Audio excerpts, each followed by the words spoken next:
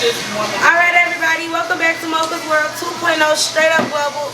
Today you got your girl Mochaa and we got some special guests, and I have a very special guest today. And all my special guests, I'd like you guys to introduce yourselves one by one. Starting with my special guest at the end. Let's start with you. Yeah, it's Wakey Bake the family on Wakey Bake on all social media. Come on now, crazy to go. Y'all already know what the fuck it is. Black Da Vinci, find me on all social medias, B-O-K, Da Vinci, like Leonardo Da Vinci. And you already know I'm Mocha's World. It's your girl Oddchild. You can find me on Studbros, Instagram, and TikTok. It's your boy Sadboy Jason. You can find me at Sadboys on IG. Alright, so we getting into it. I invited my friends to come with me to chill with me at one of the coolest spots that I'm a little chill, but I don't really do too much here. This is my lay low key. It's called Simply That. Shout out to the bartender, she the one. But what we getting into today, everybody? What we talking about? They the one. No, they the one. You know what? You see this? Pronoun. What we talking about today, co-host? Okay, we're gonna talk about relationships. It doesn't matter if it's a friendship, you in a situationship. We're gonna talk about it all. So let's talk about friendships. She said she want to talk about how friendships can turn into serious relationships. Yeah, and they surely can. Let me explain why that they can come into relationships. Because I know I always talk about my wife on every podcast, but that's how we make.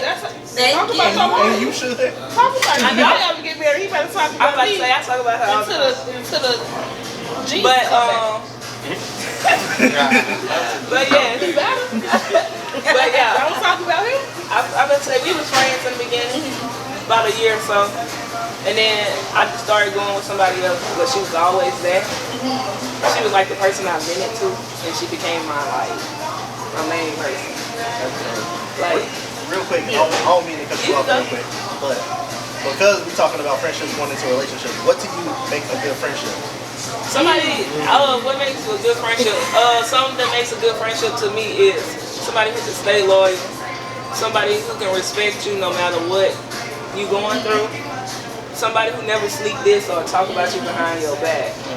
Like, I hate when you come and somebody come tell you something and you be like, nah, not my friend. Yeah. Then the whole time you thinking like this was never your friend. Right.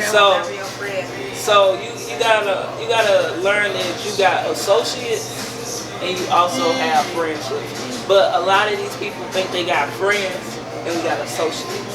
Not even associates. You got people that. Because a real good friend. So what is a friend? They think they got roots and they got branches. Right. What is a friend? Because a real friendship will tell you, will let you know when you're wrong and right. Oh yeah. Yep. A real friend can also take that criticism too and understand you're not coming from a place of disrespect. A real friend is a person from a place of care. Yeah, you actually Like, you're coming from a place of, for me, I'm telling you that you full of shit because you full of shit, and I wouldn't want somebody else to really hurt your feelings. and tell you that you're I'm gonna tell you exactly.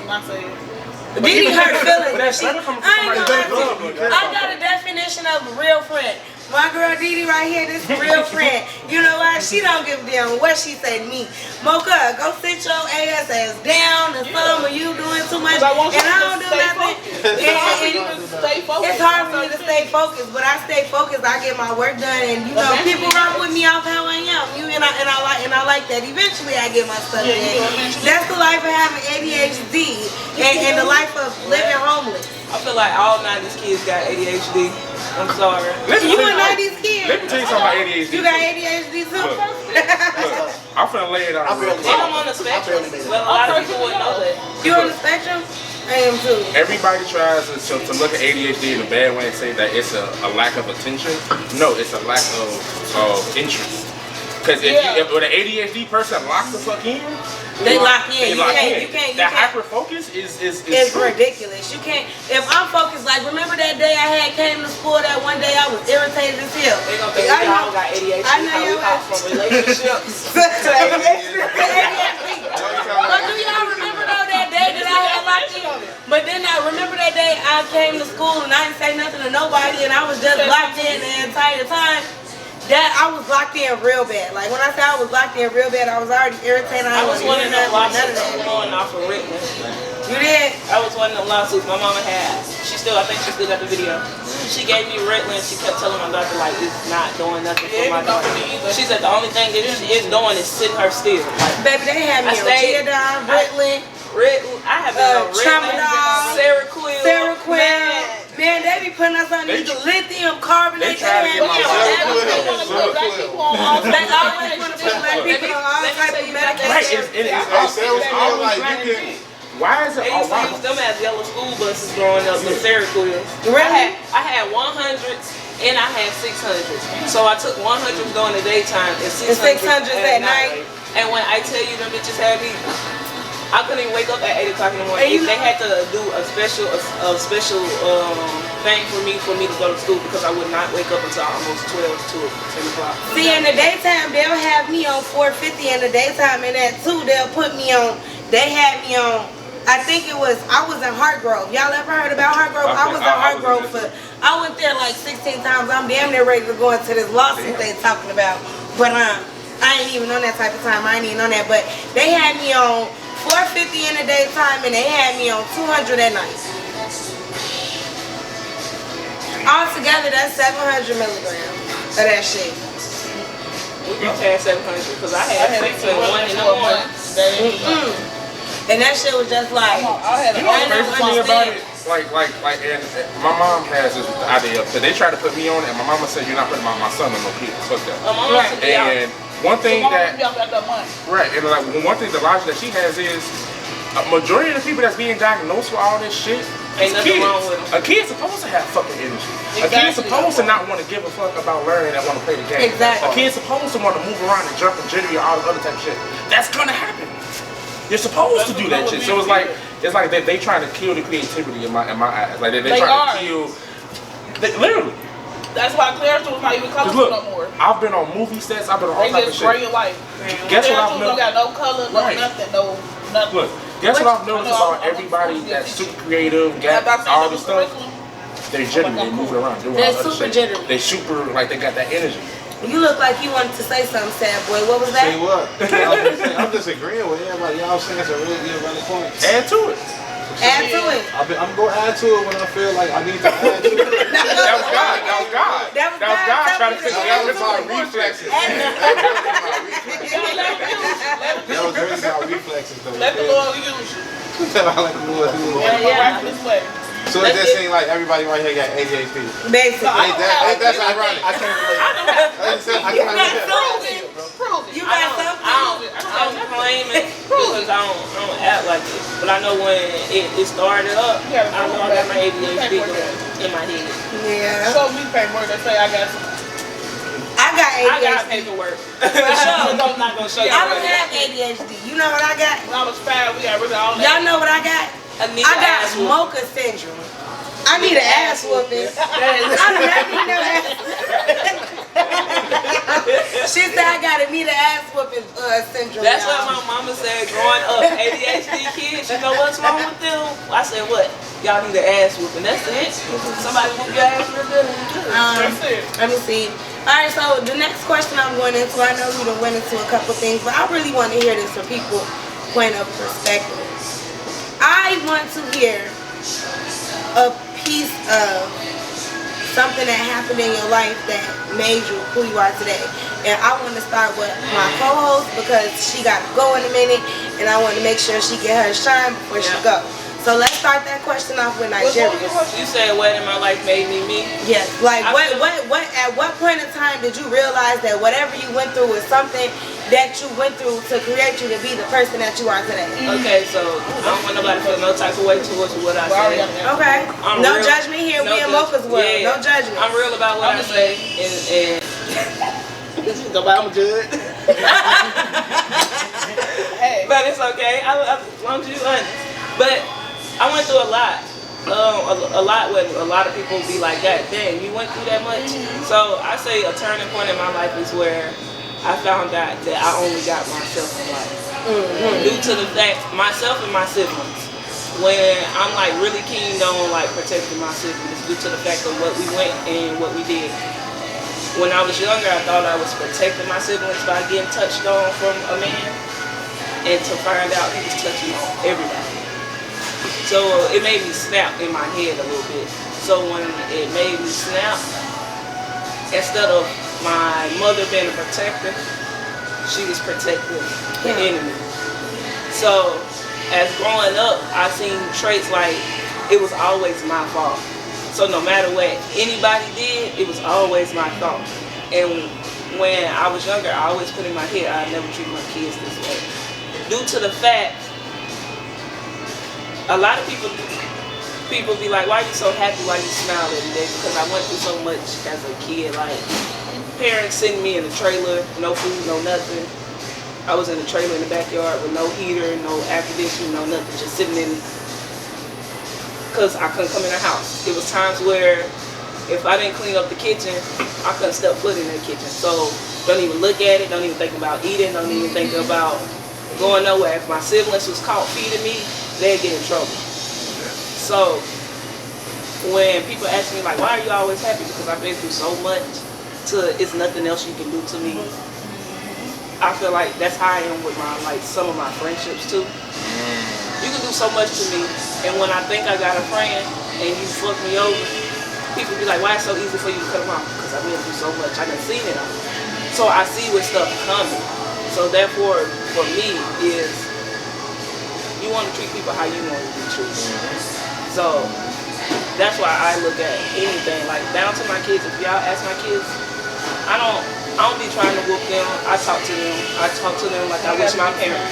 Yes, I try to talk to them like my parents talk to me. You get what I'm saying? I wanted to be a better person for my younger self. So me going to school, me trying to make sure I got everything. A lot of people ask, why you don't go back home? Nothing's home. I'm sorry, my siblings home. But as far as love and that, I don't know, the love I found, the love that I wanted, I found in my wife, which is crazy. And that's how I think I lean it more towards my wife, because she had all the traits that I wanted out of a mother. And I hate to see it that way or look at it that way, but she had some of the traits that I wish my mother would have did for me. She made sure I went back to school. She made sure. She nurtured you. Basically. She built me back up to the person I am now. And she's a woman, so that comes with that. Yeah. And I never had that, like that love treatment. I was always either somebody a little touchy person they want to do to, or you ain't gonna never be shit. But the thing, since I was little, I always did the opposite of what people told me. So they told me we weren't gonna graduate high school. Guess what? I graduated. They told me that I wasn't gonna have I wasn't smart enough, top of my class. Come on now. Straight A's. Come on now, tell them. So they was like, y'all know how they do, like, if you say it in the house, then it shouldn't go outside. I spoke my truth. And when I spoke my truth, it led me into mentorship. So I mentor other girls my age who going through the same thing, identity crisis. I never had an identity crisis. I always knew who I was as a little kid. But for you to come out and have somebody that say, hey, I got you. I don't care if your parents got you. You got somebody there. That make you feel good, because most of my people who took care of me were strangers that I have never known. So I feel like if a stranger can come off the street and treat me right, why can't I do that to another stranger? So that's where that's what made me who I am today, of all the pain and grit that I went to. Like, I want people to know, like, what you went through is not who you are. Because a lot of people feel like they have to rely on what they went through and use that as a crutch. Well, my mama did this. Shit, my mama wasn't a mama. The only time she stepped up was when she found out that my little sister got touched. And for that to see, like, you go World War II over her and not me, that made me feel some type of way. It's like, even where was that energy when it was your turn? Right. And even though, like, the man had, like, a hold on the neighborhood, like, even teachers were scared of him. It wasn't like I wasn't speaking up. It wasn't like I wasn't telling people I was. I done told a sheriff, an ex-sheriff, they didn't do nothing. They don't be caring. She just took me around the block and told me I need to tell my mama. Nobody cares until it's their They don't their kid. family. And it's still to this And day. even they still don't. Yes, and people be like, so do you have a good relationship with your mama? I have a okay relationship due to the fact my dad's gone. That was my diary, that was my book. Like, man, when I tell y'all that was my everything, If he was alive right now, I can call him, he'll answer. I call my mama, I gotta call her 8 times. Then it's not, how you doing? What's wrong with you? Why it always gotta be something wrong? Just calling her, hey, how you doing? Call just to call. Right. You Now, know what what I that Missed is? you, motherfucker. Not Like, to cut you off from telling your story, that's just the guilt that she had still back then. Because she knew all this was going on. She was like, now, every time you call, she thinks there's something wrong with you. So, now Because all the time she ignored Yeah. or if I was with her for months, years. When I first moved down here, I haven't heard from my mom for like 4 months, like 4 years. This year, it just started. So I'm gonna say last year of 2024, it started due to the fact my daddy died. But she wasn't talking to me because I found out that she was back with the man who raped me and my siblings. Oh. So, like when I tell people, like people be asking me like, why? So, it's just me. It's just me. my own hand. Like I promise you, I'll be wanting to I take don't want to have matters a into kid my own. because of what she's talking about right now is one of the reasons why I don't want to have a kid. And that's why I take care of my kids. But all 3 of my kids are adopted. And to piggyback off what she said, I've been through a lot in my life as well, given that I had Let to me give raise. you a hug, girl. Yeah. Because I can't even just look at you no more. Right. Yeah, Come on. Absolutely. So, Yeah, it's If don't nobody else say I love As you, I y'all can love see in Mocha's world, we do get deep. There is no limit to what we talk about. But as I wanted to say, let me piggyback off that. I feel the same way you do because ever since I was 4 years old, I just felt like I was just this product for people just to touch on, to feel on, think it's sweet. And people ask me why I'm so happy and why I am how I am these days. Certain things that you go through in your life make you that way. My first time ever like being physically raped or gang raped, other than when I was 4 and my cousin was doing what they was doing to me, but me being physically raped, I smoked for the first time. When I tell you they laced my blunt with PCP and cocaine, and it wasn't even weed, it was a leaf blunt. They recorded it, they gang raped me. That's one of the reasons that I am the way I am today, especially and with men, even though after those situations I had became very promiscuous as a young one. And then I'm just was confused, like everywhere I go, it's like somebody, all they want to do, they just want to do and touch. So maybe let me be the person that's okay to just be like, fuck it, go ahead, just do and touch me. You feel me? That's how I had started getting my power back. But as I got older, I realized I don't have to do that. Yes, I may have been a victim and everything, but I'm still strong enough to see like, okay, I'm glad I went through a lot of things in my life because it wouldn't make me as mature as I am today. People look at me and be like, oh, that's Mochaa, she's loud, she's lively, she's bubbly. And some people like that energy, some people do not. But if somebody was to look very deep inside of Mochá's soul and actually take the time to get to know me, as you can see, you gonna love me. I'm Mochaa. It's all what you do with me because I'm the type of person, I've been through way too much. I done grew up in a bunch of bullshit. My mama not there, daddy not there, my grandma raised me, gave me away for a white man. You know, all that stuff, stuff be real. So you never know nobody's story and what they got going on until you actually take time to get to know somebody. I would have never known that about her. Had I not invited her to my podcast and made her one of my special guests, I would not have known that. And I thank you for, showing me and speaking. Let's clap her up. Let's clap her up. Because that's some strong shit to say. That's some very strong things to say, knowing this is probably going to be seen, things of that nature. Because Mocha's world is straight up global, baby. We going global. Can I piggyback something off what she said? Pick it up. Because, not many people believe in like magic or something like that, but I'm an empath, or a dark empath. I'm an empath. I'm about to say I'm an empath. But that too. I pick up people's feelings, and I feel like that's And that's what I'm saying. I feel everything in the room. When I'm around you, I sense it all. I've been around you multiple times. I shook your hand and talked a couple times. I never would have felt that. Like I never would have felt that. I never would have knew that. I don't carry myself like that, and I don't dwell on it. You are not what you have been through. Yes, I'm not. You're definitely not. And I'm proud of you for that. That's some strong shit to say, to come up here and I was about to say, one thing that hurted me is the other day is I called my parents and was like, hey, guess what? Mom graduated. When I went to Alabama for Mardi Gras, but it always happened to me. I'm always the odd. Y'all want to know why my name is Oddchild? Due to the fact I'm the representation of black sheep. And that's the reason why I came up with my name. I want to be a representation of people who feel like they're not a part of their family. I also want to be like, I am a mentor because I'm starting to mentor little girls now. I want to mentor people and say like, just because you're going through stuff, you really can't rely on that pain that you're going through because it's not gonna be good in your future. As I look at it, like y'all, like you said, when things happen to you, you got more sexual acting. I have heard that. Even my little sister, like she'll tell me, like we have our conversation, talk about what happened to us, and like even my brother the other day, one thing made me cry. He came and called me out of nowhere. He said, "Can I tell you something?" I said, "What?" He said, "We need to apologize to you." And I'm like, "Why? What made you do this now?" He was like, "I was going to church. This is something new to do." I was the only one in my mama's family who went to church. Anytime I invited my siblings, I went and found my own home church, everything. When he came to me and he was like, we owe you a big ass apology. I was like, "Why you owe me an apology?" He was like, "Because you went through so much for us that we should have been calling you mom. You protected us for so much that as I was growing up, my mom used to tell them like, it's my fault that stuff was happening." Or they used to tell me, "Well, she in trouble," or I'm the definition of a child, always in trouble.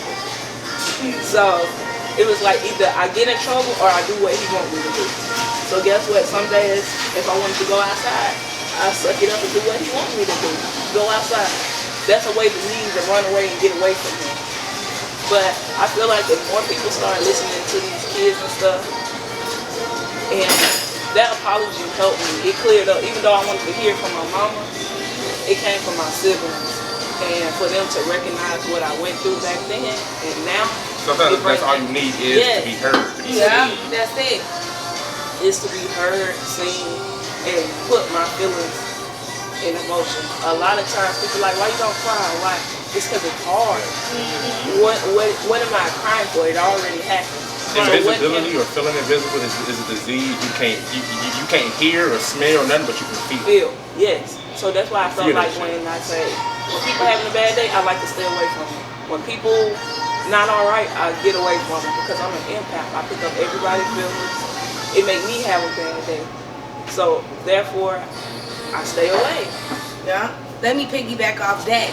Now, as you say what you feel, I can piggyback off whatever the mother. I want to piggyback up off of in my Piggyback off the next person, tell the next story. Well, yeah, but let me say that too, because we're about to get ready and wrap it up for sure. But what I was gonna say, I'm the same way as you. I feel energy. My aura is different. I could walk in a room and I can sense the energy. I can sit back and observe and know somebody's energy. I draw energy. I have a healing spirit. I'm a healing person. If I really wanted to be, I could be a high priestess, but I'm not even on that type of time because I'm not even playing them type of games. But like I said, the energy, I feed off everybody's energy, and I feel everybody's energy, and it's an energy thing. You're right, it's really an energy thing, but you gotta be careful because that shit is dangerous. That shit is very dangerous. So when I give off energy, I try to give off the lively energy, the happy energy. You give back everything you give. I give back everything that I give, and the thing is, I'm so spiritual with it. If you having a bad day and I'm close to you, I'm gonna feel that all day long. All day long. All day long, it's gonna eat me up alive. But I want to say I like that. But we are about to get ready to wrap things up, so I want to make sure I hear from my other few guests, and we gonna get it busted. So. What was the question? And also, thank y'all for having me on Mogul World. Thank you. It was nice meeting y'all. I gotta go do my first day of marketing development. So get busy. Clap, clap. Congratulations. Right. Do your shit. Be careful. See you. See you. Peace out. Thank you. All right. Thank y'all for having me. Stay dangerous. Stay dangerous. No, he finna slide over this way. I can't do that much slide. Okay. That's all I'm saying. It's not good. Come on. But yeah, though. But that was Nigeria the Oddchild. As you guys know, go ahead and hit her up on Instagram, Facebook, however. Y'all know her in person. Y'all already know about her. Y'all know about her. That's the one. All right. Let's get back into business because we are about to wrap things up shortly. Let's go here to Didi. Man, what was we talking about? I said, what in your life have you been through that you learned from that makes you the person that you are today? We get it personal with it. If we can get personal, I would greatly appreciate that. Yeah, it was a huge impact. Well, I feel like my very first moment was when I had my first child. Okay. I was a freshman in high school. Well, I got pregnant in freshman high school and I had her in my sophomore year. Then got pregnant with my son a year later. So it was like back to back. And I feel like when I had her, when I was pregnant with my son, it was like, dang, now I got a baby for the house, another one. I mean, I had some support and stuff, but the family I come from is not my family. So I was adopted at 3. So the family I was a part of, I knew as a kid growing up, I knew I wasn't like related to them because I could how I act. They don't act like that. Like the whole family is a bunch of alcoholics, a whole bunch of other stuff. Like she was saying that happened to her, so stuff like that happens to my brother, and I saw stuff like that happen to him. It's like it made me just a more vicious person. So I had to come up out of being vicious to the trauma response. Yeah. It didn't happen to me, but it happened to him. And I saw it with my own 2 eyes happen to me. So I don't want to incriminate myself, but yeah, it didn't happen for too much longer. Then after I saw it with my own eyes, it didn't happen no longer after that. But I feel like this. After I had God my handled children, it. However he needs to handle it, it was handled. Come on, you man. took the wheel. Wait, exactly. I passed always take the wheel, baby. colors. Exactly. But yeah, and when I had my daughter, and the crazy part is when my kids is like, you know, people be on there like, oh, I want to have kids, I'm gonna have kids one day. I was the type of person because I was raised in the church, so I used to always pray a lot. And I didn't think of the prayer that I said when I was young until I had my son. And the prayer was specifically, I want to have 2 children back to back, and I want to have my daughter first. But I never said in the prayer specifically at what time, like what age, what point of my life, if I'm gonna have some money, if I'm gonna be broke. It just so happened that it happened when I was still in high school. But I feel like it was good for me because I was already like growing up fast in the household I was in because my mom, the lady who adopted me, she was already in her like 70s when she got me. So it's like I was already knowing how to do shit at 4 or 5 years old, know how to wash clothes, know how to wash dishes, know how to cook and do all that, learn how to do all that stuff. Now that's why I'm not a quiet person, but I'm not loud either. I know how to speak when to speak.